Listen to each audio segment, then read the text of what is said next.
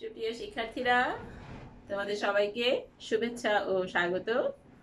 আমি লুবনা ইয়াসমিন, সহকারী অধ্যাপক বাংলা, ঢাকা কলেজ। ঢাকা কলেজ বাংলা সম্মান তৃতীয় বর্ষের ছাত্রদের জন্য আমার আজকের এই অনলাইন ক্লাস। তোমরা নিশ্চয়ই যে যেখানে আছো সবাই সুস্থ আছো, ভালো আছো, নিরাপদে আছো। আমরা পড়ছিলাম, ছাত্ররা তোমরা জানো আমরা গত ক্লাসে নতুন একটা উপন্যাস শুরু করেছি, তিতাস একটি নদীর নাম। আমরা আলোচনা করছিলাম তিতাস একটি নদীর নাম উপন্যাসের লেখক অদ্বৈত মল্ল বর্মণের জীবনী নিয়ে।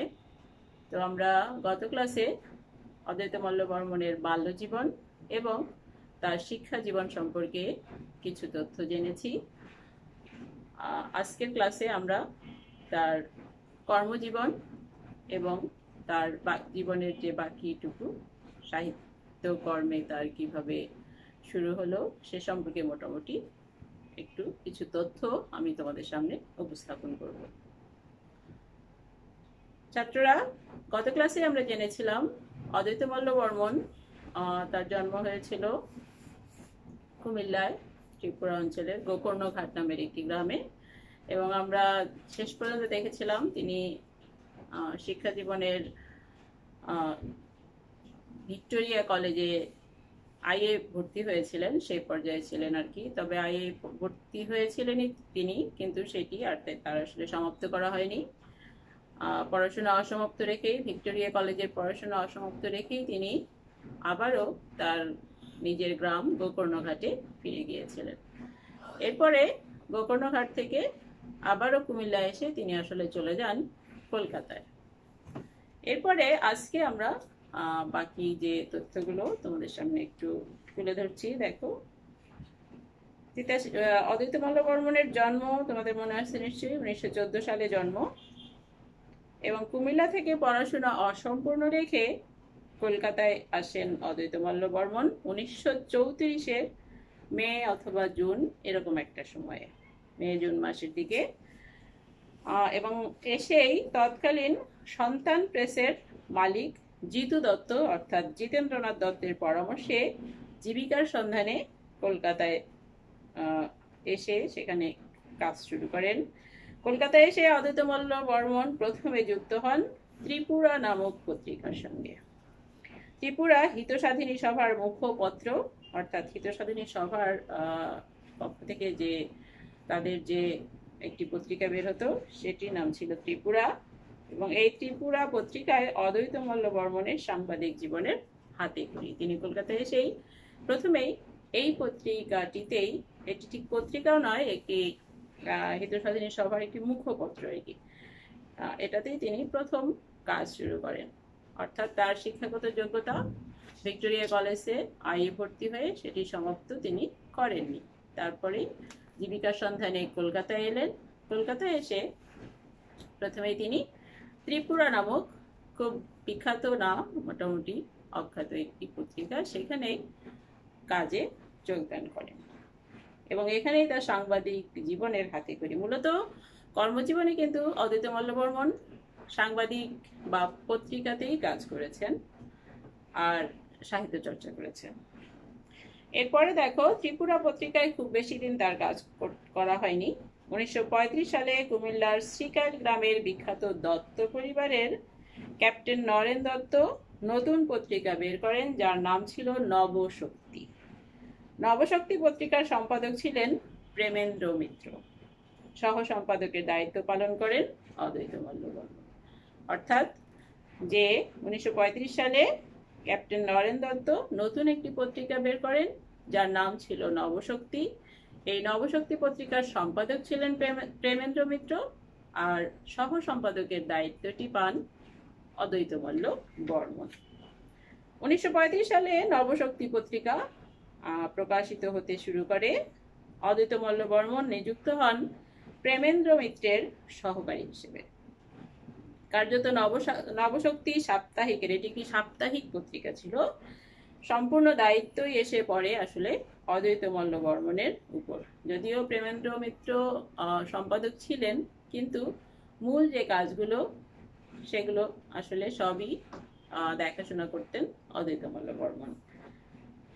স্বনামে বেনামে প্রচুর লেখার দায়িত্ব, পত্রিকার পাতা ভরানোর দায়িত্ব, পত্রিকার ডাকে অর্থাৎ পোস্টে যে চিঠিপত্রগুলো তখন আসতো সেই লেখাগুলো নির্বাচন করা, পত্রিকার মুদ্রণের তত্ত্বাবধান, এমনকি প্রচারের দায়িত্ব বহন করতে হয় এই অদ্বৈতমল্ল বর্মনকে। প্রেমেন্দ্র মিত্র ছিলেন নামে মাত্র সম্পাদক। পত্রিকা প্রকাশের দায়িত্ব একা অদ্বৈতমল্ল বর্মনই মোটামুটি সামলে নিয়েছেন। নবশক্তি পত্রিকায় অদ্বৈতমল্ল বর্মন 30 টাকা বেতন পেতেন। 1935 সালে নবশক্তি পত্রিকায় অদ্বৈতমল্ল বর্মন 30 টাকা পারিশ্রমিকে বা সম্মানীতে তিনি সেখানে কাজ করতেন। এরপর অদ্বৈতমল্ল বর্মন লেখার জন্য তিনি হয়তো নিজে যে লেখাগুলো ওই পত্রিকায় ছাপাতেন তার জন্য আলাদা কিছু সম্মানী হয়তো পেতেন। 1938 সাল নাগাদ নিজেই অদ্বৈতমল্ল বর্মন নবশক্তি পত্রিকার সম্পাদক নিযুক্ত হন, অর্থাৎ প্রেমেন্দ্র মিত্র সম্পাদকের পদ থেকে অব্যাহতি নিলে অদ্বৈতমল্ল বর্মন নিজেই সেই পত্রিকার সম্পাদক নিযুক্ত হন। তারপর টানা 3 বছর একটানা তিনি সেখানে কাজ করেন এবং তখন তার সম্মানী হয়েছিল 35 টাকা, অর্থাৎ তিনি সহ সম্পাদক হিসেবে সম্মানী পেতেন 30 টাকা।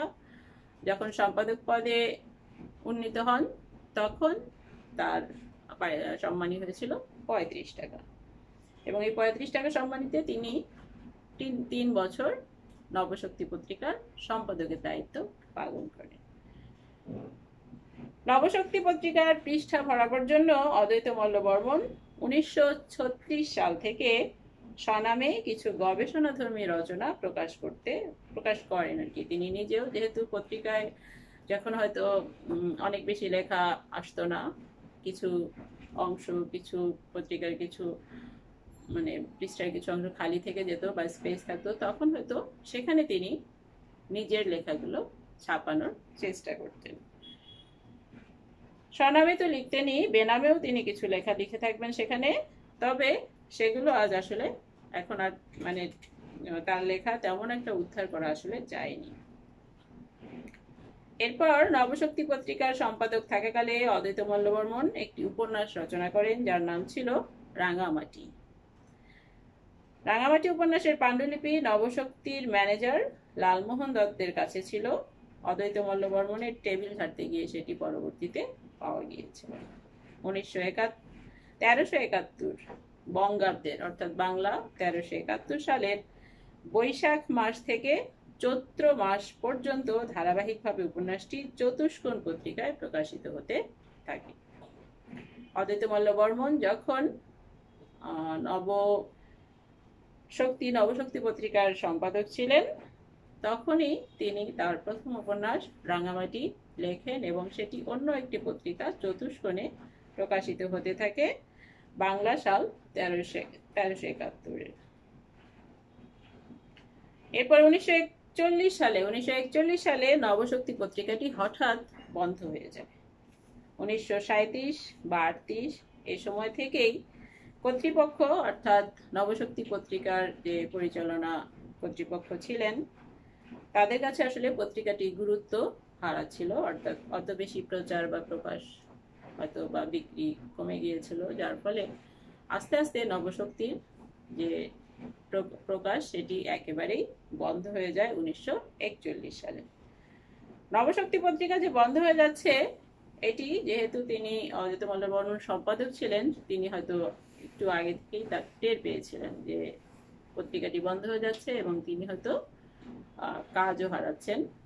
সেজন্য তিনি আগে থেকেই পত্রিকা বন্ধ হওয়ার সম্ভাবনা যখন তিনি বুঝতে পেরেছিলেন, তখনই কি করলেন, মোহাম্মদী পত্রিকায়, মাসিক মোহাম্মদী, যে পত্রিকাটি আমরা আসলে অনেক শুনেছি, অনেক তৎকালীন অনেক লেখকেরই, সাহিত্যিকেরই প্রথম লেখা বা অনেক লেখাই আসলে এই পত্রিকাটিতে প্রকাশিত হতো, তিনি মাসিক মোহাম্মদী পত্রিকায় একটি কাজ জুটিয়ে নেন।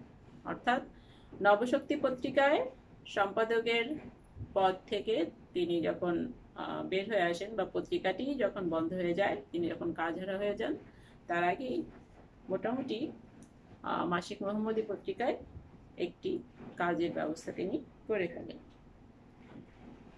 এবং তখনই দ্বিতীয় বিশ্বযুদ্ধ শুরু হয়ে যায়। দ্বিতীয় বিশ্বযুদ্ধ যখন তুঙ্গে, বাংলায় মুসলমান জাতীয়তার উন্মাদনাও যখন একেবারে খুব জোরে সোরে চলছিল, এ সময় অদ্বৈত মল্ল বর্মন মোহাম্মদীতে অর্থাৎ মাসিক মোহাম্মদীতে আংশিক সময়ের জন্য কাজ করেছেন। তিনি খুব বেশি সময় এখানে কাজ করেননি। খুবই অনিশ্চিত ছিল সেই সময়, যেহেতু সারা বিশ্ব জুড়ে একটি যুদ্ধ অবস্থা ছিল। আমরা কিন্তু এর আগেও এই দ্বিতীয় বিশ্বযুদ্ধের যে ফলাফল বা যুদ্ধকালীন যে অবস্থা, সেগুলো যে মানিক বন্দ্যোপাধ্যায়ের গল্পগুলো পড়েছি, সৈয়দ ওয়ালিউল্লাহর যে ছোট গল্পগুলো পড়েছি, এবং জেনেছি কিন্তু যে এই সময়কার যে সামাজিক অবস্থা, অর্থনৈতিক অবস্থা কিরকম একটা বিপর্যয়ের মধ্যে পড়েছিল। সেজন্য সেই অবস্থাটাকে, সেই অস্থির অবস্থাটাকে কেউই আসলে এড়িয়ে যেতে পারেননি। কলকাতা শহরের পরিস্থিতিও তখন খুবই ভয়াবহ ছিল এবং ছিল জাপানি বোমার ভয়। 1941 সালের ডিসেম্বর মাস নাগাদ জাপানি বোমা পড়ে কলকাতায়। 1941 সালে জাপানি বোমা হামলা হয়। মাসিক মোহাম্মদীর কাজ দেখাশোনার দায়িত্ব অনেকটাই নিজের কাঁধে নিয়েছিলেন অদ্বৈত মল্ল বর্মন।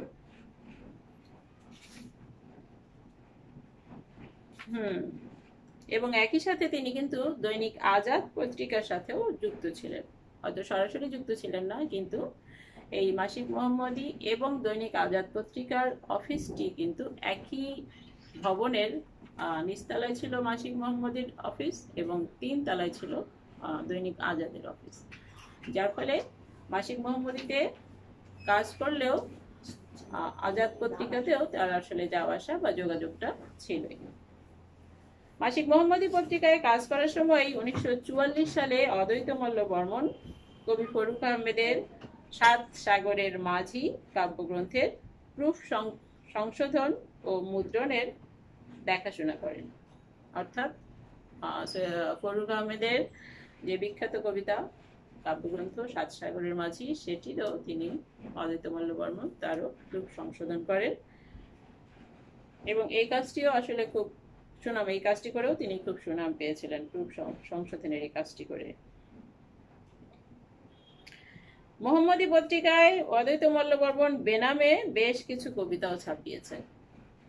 মানে আমরা দেখছি আসলে অদ্বৈত মল্ল বর্মন স্বনামে লিখেছেন, পাশাপাশি তিনি কিন্তু বেনামেও লিখেছিলেন। আমরা কিন্তু প্রথমেই যখন সৈয়দ ওয়ালিউল্লাহর শৈশব বা বাল্যকাল নিয়ে আলোচনা করেছিলাম, বা তখনই কিন্তু জেনেছিলাম যে তিনি আসলে খুবই একটু অন্তর্মুখী প্রকৃতির ছিলেন।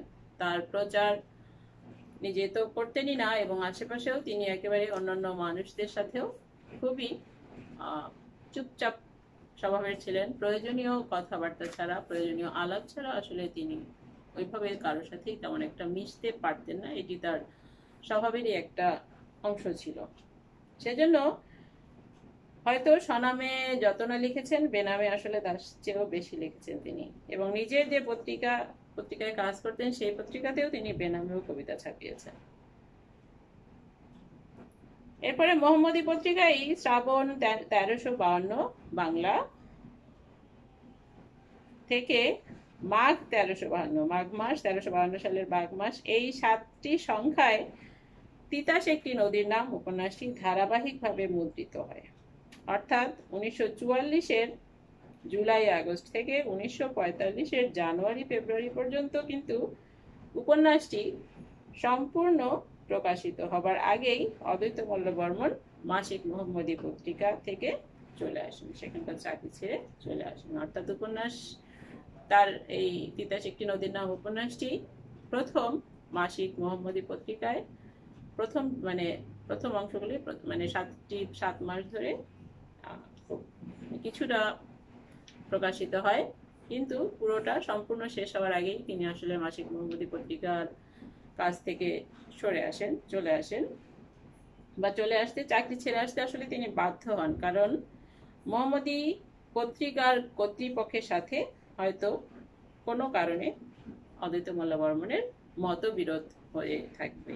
সমালোচকরা তেমনটি মনে করছেন যে যদিও মাসিক মোহাম্মদী পত্রিকায়ও তিনি খুব ভালোভাবেই তার যে দায়িত্বগুলো সেগুলো পালন করছিলেন, কিন্তু হঠাৎ করেই কেন তিনি সেখান থেকে কাজ থেকে বেরিয়ে আসেন সেটি একটু ব্যাখ্যার। সেজন্য তার পরিচিতরা মনে করছিলেন যে হয়তোবা যেহেতু তিনি কাউকেই তার আসলে সমস্যার কথা তার নিজের আলোচনাগুলো খোলামেলাভাবে করতেন না, সেজন্য সবাই অনুমানই করছে যে হয়তো মোহাম্মদী কর্তৃপক্ষের সাথে অদ্বৈতমল্ল বর্মণের কোনো মতবিরোধের কারণেই তিনি কাজটিও ছেড়ে দিতে বাধ্য হন। মোহাম্মদী পত্রিকা থেকে বাদ পড়ার পর সামান্য কিছুদিন অনিশ্চয়তায় কাটে, অর্থাৎ তার কাছে কোনো কাজ ছিল না। এরপরে নবযুগ, কৃষক ইত্যাদি কিছু পত্রিকায় তিনি সম্পাদনার কাজ করেন। এই সময়টাতে অর্থাৎ অখ্যাত কিছু পত্রিকায়, নবযুগ, কৃষক এগুলোর মতো পত্রিকায় জীবিকার প্রয়োজনে তিনি আসলে এই সময় অল্প কিছুদিন করে কাজ করতে বাধ্য হন। এরপর 1945 সালে অদ্বৈতমল্ল বর্মণ যোগ দেন দেশ পত্রিকায়। কলকাতা থেকে প্রকাশিত বিখ্যাত দেশ পত্রিকা, এতে তিনি যোগ দেন 1945 সালে। দেশ পত্রিকার কর্তৃপক্ষ অচিরেই খুব অল্প সময়ের মধ্যেই অদ্বৈতমল্ল বর্মণের কর্মকুশলতার পরিচয় লাভ করেন। যেহেতু তিনি আসলেই দক্ষ এবং যোগ্য ছিলেন, তো যেখানেই তিনি কাজ শুরু করতেন খুব সামান্য সময়ের মধ্যেই তিনি তার দক্ষতার, যোগ্যতার পরিচয় আসলে দিতে পারতেন। কিন্তু হয়তো ব্যক্তিত্বের সংঘাত বা মনোমালিন্য, মতবিরোধ এসব কারণে তিনি এক জায়গায় যখন তার মনোমালিন্য হতো তিনি সেখানে আসলে কাজ করতেন না। তিনি নিজের সাথে আপোষ করতেন না। কর্মী হিসেবে, অর্থাৎ যে অফিসে কাজ করতেন, যে পত্রিকায় কাজ করতেন, সেখানে কর্মী হিসেবে অদ্বৈতমল্ল বর্মণ কেমন ছিলেন এ ব্যাপারে তার সহকর্মী জ্যোতিষ দাশগুপ্ত তার একটি লেখা আমরা তুলে ধরছি। সেটি ছিল এরকম যে সহকর্মী হিসেবে যেটুকু দেখেছি মনে হয়েছে মানুষটি খুব অন্তর্মুখী, আলাপচারিতায় অনভ্যস্ত ছিলেন, চুপচাপ থাকতেন, কাজকর্ম করতেন এক মনে নিবিষ্ট চিত্তে, কাজের কথা ছাড়া অন্য কথা প্রায় বলতেনই না। অর্থাৎ এরকম অন্তর্মুখী, চুপচাপ স্বভাবের ছিল এই অদ্বৈতমল্ল বর্মণ। এরপর দেশ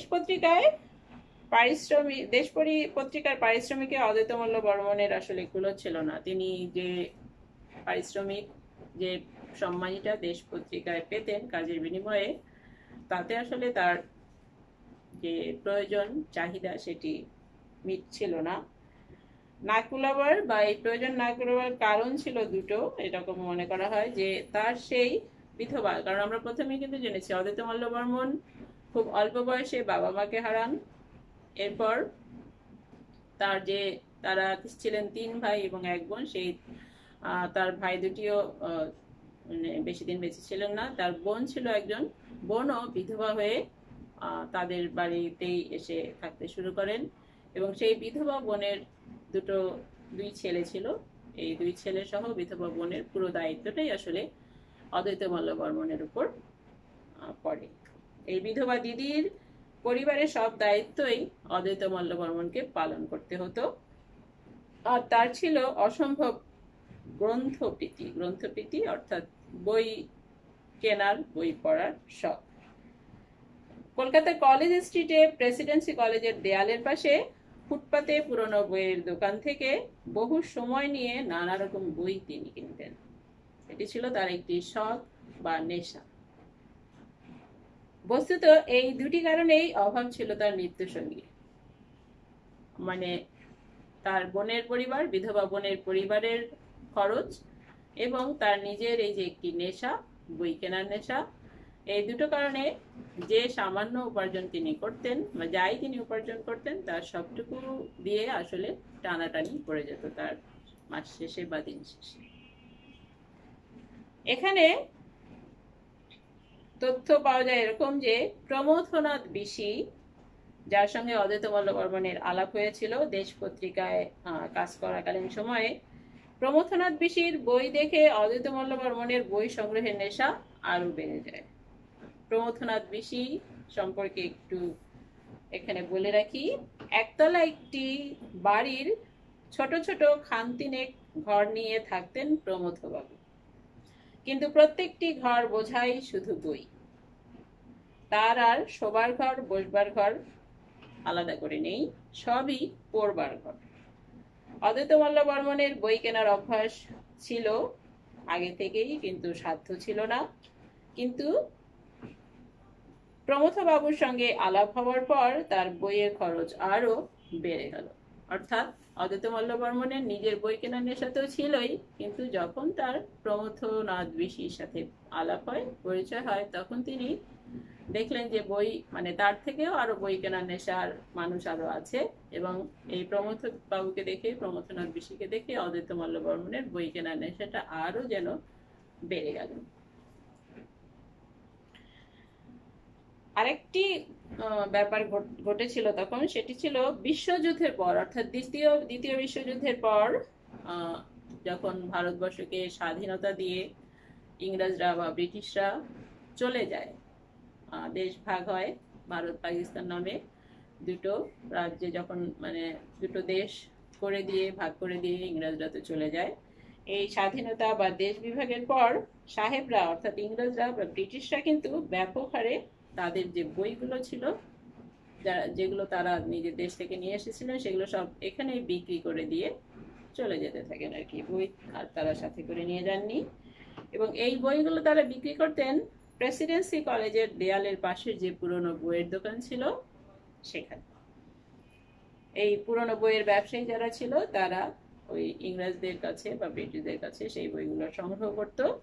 সবই অন্যান্য মানে বিশ্ব সাহিত্যের যে বিভিন্ন বিখ্যাত বইগুলো ছিল সেগুলো।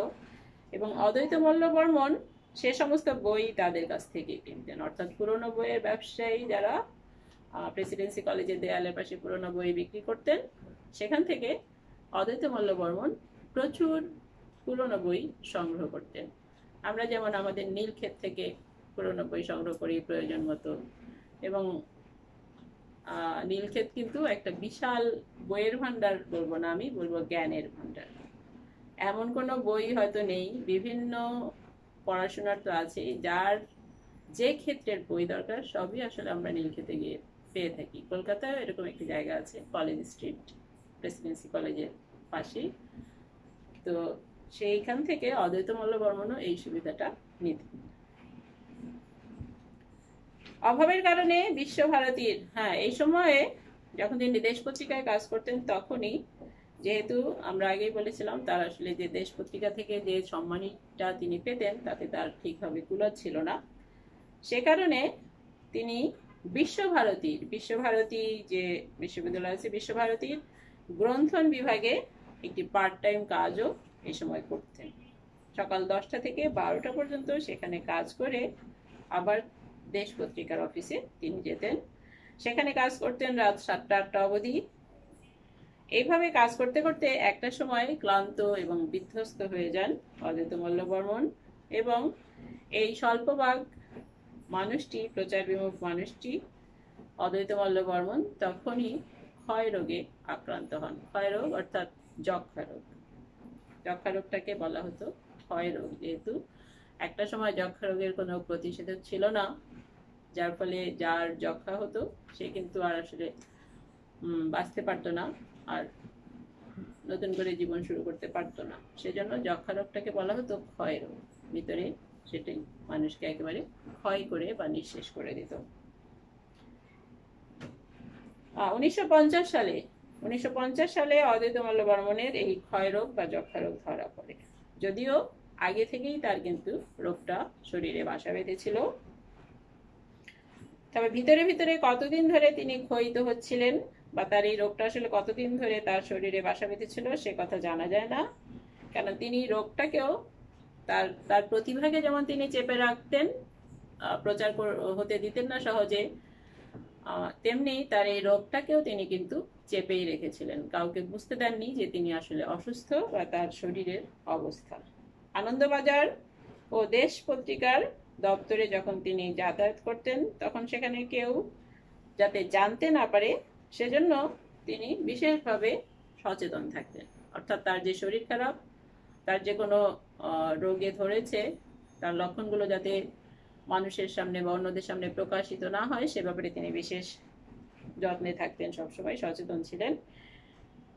সে সময় তিনি খুবই সংকুচিত হয়ে থাকতেন, সকলের থেকে দূরে দূরে সরে থাকতেন, কারণ যক্ষা রোগটি কিন্তু মারাত্মক ছোঁয়াচেও বটে। সেজন্য সেটা তিনি জানতেন এবং তার থেকে অন্য কেউ যাতে ক্ষতিগ্রস্ত না হয় সে ব্যাপারেও তিনি বেশ খেয়াল রাখতেন। সেজন্য সকলের থেকে তিনি দূরে দূরে সরে থাকতেন, নিজের জলের গ্লাসটি পর্যন্ত রাখতেন সরিয়ে, যাতে অন্য কেউ সেটাতে না খেয়ে ফেলে হঠাৎ করে, এবং মুখে রুমাল চাপা দিয়ে কাশি চাপার চেষ্টা করতেন। যক্ষা রোগের অন্যতম যে লক্ষণ কাশি, প্রচুর কাশি হয়, কাশতে কাশতে এক সময় হয়তো রক্ত বেরিয়ে যায়। তো যাতে সেই লক্ষণটিও অন্য কারো সামনে প্রকাশিত না হয় সেই জন্য তিনি মুখে রুমাল চাপা দিয়ে কাশতেন বা সরে যেতেন সামনে থেকে। তবে তার রোগটি নির্ণয় হলো এক সময়, সেটি হচ্ছে দেশ পত্রিকায় আড্ডা দিতে এসেছিলেন ডাক্তার সতীশ গঙ্গোপাধ্যায়। এক সময় তিনি ধরে ফেললেন যে অদ্বৈতমল্ল বর্মণ আসলে অসুস্থ এবং তার অসুখটা কি। পরীক্ষা করে বা টেস্ট করে এই ডাক্তার সতীশ গঙ্গোপাধ্যায় তাকে রোগের কথা জানালেন এবং হাসপাতালে ভর্তির জন্য পরামর্শ দিলেন। দেশ পত্রিকায় তার হাসপাতালে ভর্তির জন্য যে অর্থনৈতিক সহায়তা দরকার সেটি ব্যবস্থা করলেন, এবং তাদের সহায়তায় কাঁচরাপাড়া নামক যক্ষা হাসপাতাল, কাঁচরাপাড়ায় যে যক্ষা হাসপাতাল আছে সেখানে অদ্বৈতমল্ল বর্মণের জন্য একটি বেড বা বিছানার ব্যবস্থা করা হয়। এরপরে তিনি আবার অল্প কিছুদিন চিকিৎসা করে সুস্থ হয়ে ওঠেন। সুস্থ হয়ে তিনি ফিরে যান তার কলকাতার ষষ্ঠীতলার বাড়িতে। কিছুদিন পর আবারও রোগটি দেখা দেয়, কারণ তার মানে তিনি পুরোপুরি আসলে সুস্থ হননি তখন। আবারও যখন রোগ বেড়ে যায়, আবারও শুভানুধায়ীরা বা তার শুভাকাঙ্ক্ষী যারা ছিল তারা আবারও তাকে সেই কাঁচরাপাড়ার হাসপাতালে পাঠায়। আবারও চিকিৎসা চলতে থাকে তার, কিন্তু এরই মধ্যে একদিন তিনি হাসপাতালের কাউকে কিছু না জানিয়ে পালিয়ে তার ষষ্ঠীতলার বাড়িতে চলে আসেন। এইখানে মানে হাসপাতালে যে সময়টা তিনি ছিলেন এই সময় তিনি বেশ অস্থির থাকতেন। আসলে তিনি তার যে অসমাপ্ত কাজগুলো ছিল তিনি সেগুলো শেষ করার জন্য ভিতর থেকে একটা তাগিদ অনুভব হয়তো করেছিলেন, এবং তিনি হয়তো বুঝতে পেরেছিলেন যে তার সময় আসলে শেষ হয়ে আসছে, যার ফলে চিকিৎসা নেওয়ার থেকে তার অসমাপ্ত যে কাজগুলো থেকে গিয়েছিল সেগুলো শেষ করার ব্যাপারে তার মধ্যে প্রবল একটা আগ্রহ দেখা যায়। হয়তো এ কারণেই হাসপাতালে কাউকে কিছু না বলে তিনি পালিয়ে চলে আসেন, চিকিৎসা শেষ না করেই পালিয়ে চলে আসেন তার ষষ্ঠীতলার বাড়িতে। এরপরে আর আসলে হাসপাতালে নেওয়ার সুযোগ তাকে পাওয়া যায়নি। অবশেষে 16 এপ্রিল 1951 এই তারিখে ষষ্ঠীতলার বাড়িতেই অদ্বৈতমল্ল বর্মণ শেষ নিঃশ্বাস ত্যাগ করেন। অদ্বৈতমল্ল বর্মণ 1951 সালের 16 এপ্রিল শেষ নিঃশ্বাস ত্যাগ করেন তার নিজের বাড়িতে। চিকিৎসা অসমাপ্ত রেখে হাসপাতাল থেকে পালিয়ে এসে বাড়িতে থাকাকালীন তার মৃত্যু হয়। মৃত্যুর পর অদ্বৈতমল্ল বর্মণের মৃত্যুর পর আনন্দবাজার পত্রিকায় বিস্তৃতভাবে তার মৃত্যুর খবরটি প্রকাশিত হয়েছিল, এবং আনন্দবাজার পত্রিকা সেই খবর প্রকাশের সাথে তার একটি জীবনীও ছাপিয়েছিল।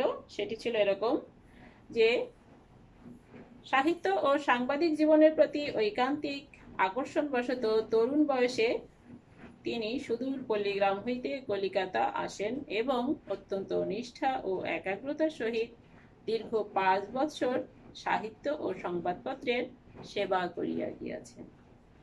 তাহার সাহিত্য কীর্তি স্বল্প হইলেও তাহা প্রাণ স্পন্দনে পূর্ণ ছিল এবং তাহার ভাষা ও প্রকাশভঙ্গির মৌলিকতায় এবং বলিষ্ঠ রূপে পাঠকচিত্ত সহজেই আকৃষ্ট হইত। দেশ পত্রিকায় ধারাবাহিকভাবে প্রকাশিত আরভিন স্টং এর লাস্ট ফর লাইফ এর অনুবাদ জীবন তৃষা তাহার এই ক্ষমতার শ্রেষ্ঠ নিদর্শন।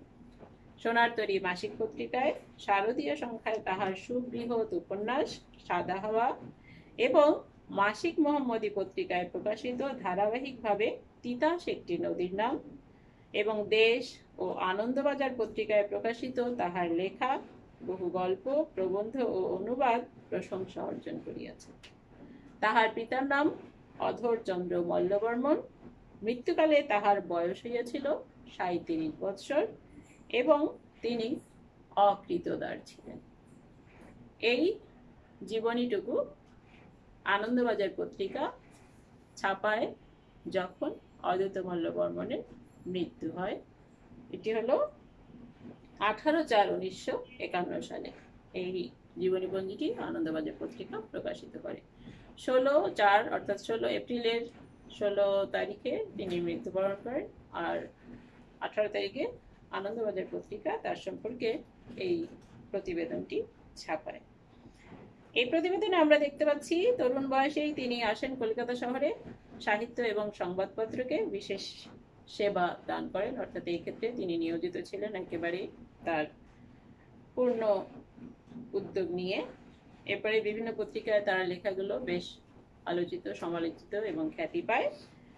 মৃত্যুকালে তার বয়স হয়েছিল মাত্র ৩৭ বছর এবং তিনি ছিলেন অকৃতদার, অর্থাৎ তিনি বিবাহ করেননি, তিনি একা ছিলেন, একাকী জীবন। এই ৩৭ বছরেও তিনি তার বিয়ে করা হয়ে ওঠেনি।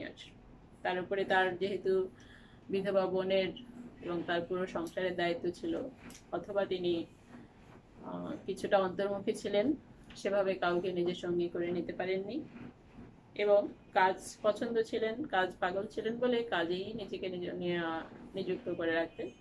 সেজন্য তাছাড়া তার আসলে সময়টাও বেশি পাননি। তিনি একজন প্রতিভাবান লেখক, মাত্র ৩৭ বছর বেঁচে ছিলেন ১৯১৪ সাল থেকে ১৯৫১ সাল পর্যন্ত। সেজন্য অদ্বৈত মল্লবর্মনের সাহিত্যকর্ম আসলে আমরা খুব বেশি পাই না। তারপরেও এই উপন্যাসটি তিতাস একটি নদীর নাম, এটি আসলে অদ্বৈত মল্লবর্মনকে কালজয়ী করে রেখেছে।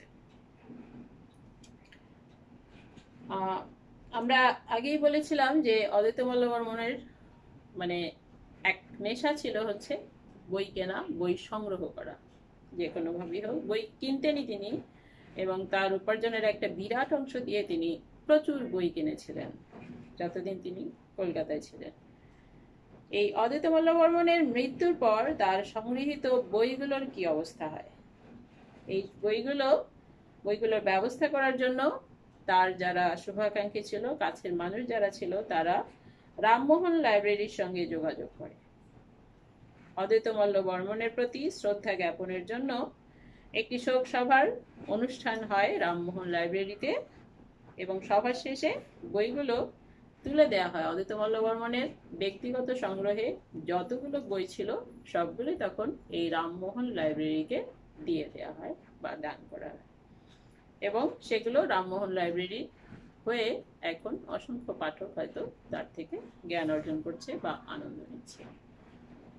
তো এই হলো অদ্বৈত মল্লবর্মন সম্পর্কে আমাদের যেটুকু মোটামুটি জানার। আরো কিছু হয়তো আছে, কিন্তু বিক্ষিপ্ত তথ্য আসলে অদ্বৈত মল্লবর্মন সম্পর্কে খুব গোছানো তথ্য তেমন পাওয়া যায় না। তারপরেও আমরা আমাদের প্রয়োজনীয় যেটুকু পেয়েছি, তিতাস একটি নদীর নাম তিনি কিভাবে লিখলেন, কোথায় প্রথম ছাপলেন, এগুলো আমরা পেয়ে গেছি এবং লেখক সম্পর্কে বেশ ভালো একটা ধারণাও কিন্তু আমাদের হয়ে গেল। যদিও খুব বেশি দিন বেঁচে ছিলেন না, মাত্র ৩৭ বছরের জীবনে তার অভিজ্ঞতার বিস্তৃতি, তার ব্যক্তিত্ব, অন্যান্য মানুষের সাথে তার যে পারস্পরিক ক্রিয়াকলাপ, সবকিছুই আমাদের মোটামুটি একটু ধারণা হলো। তো ছাত্ররা, আজকে আমরা এ পর্যন্তই রাখছি। আগামী ক্লাস থেকে নিশ্চয়ই আমরা মূল উপন্যাসে ঢুকে যাব। সে পর্যন্ত তোমরা সবাই ভালো থাকো।